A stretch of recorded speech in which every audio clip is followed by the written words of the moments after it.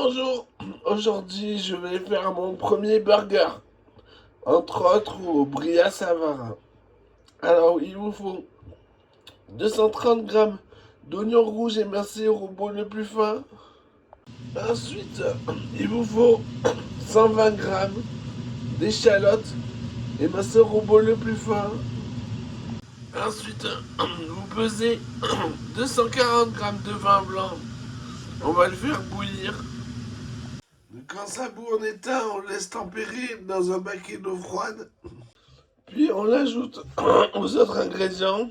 Ensuite, on met 130 grammes de vinaigre d'alcool. Ici, il est à 8%.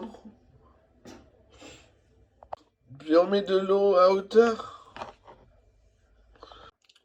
On y met aussi 2 cuillères à soupe bombées de sucre en poudre. On filme et on réserve au frigo quelques jours.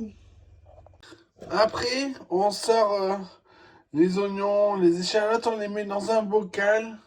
On met à hauteur le jus, là, celui-là, qu'on va jeter le surplus.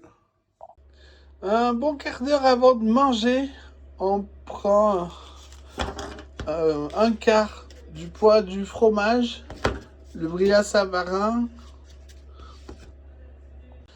en fond lié, ce que je garde pour faire mes burgers d'habitude. On le décongèle au micro-ondes. Alors le fromage, moi je le mets entier, ça sera prêt. Comme ça, ça fait 200 grammes et j'ai donc mis 50 grammes de fond lié. On met ça à part dans une casserole, on fait chauffer. Voilà, alors tout va fondre sauf la croûte. On mixe maintenant qu'il n'y a que le fromage. Voilà, le fromage est complètement mixé. Maintenant, on ajoute le fond. Et on attend que ça bout pour lier la sauce. Pendant ce temps, dans un petit plat, on met... moi, j'ai mis 2 cuillères à soupe à peu près bombées de maïzena. Du lait froid suffisamment pour la diluer. On l'ajoute petit à petit au fromage fondu. On attend que ça rebout, voir si c'est assez épais. Voilà, c'est assez épais, ça rebout. J'ai mis à peu près la moitié, donc une cuillère à soupe aurait peut-être suffi. Alors déjà, on fait chauffer les pains burgers au micro-ondes quelques dizaines de secondes. D'un seul côté, on met la moutarde. On est une fine couche, très fine couche. On fait cuire les steaks quand même. Par-dessus, on met une épaisseur de tomate. Pas beaucoup, hein.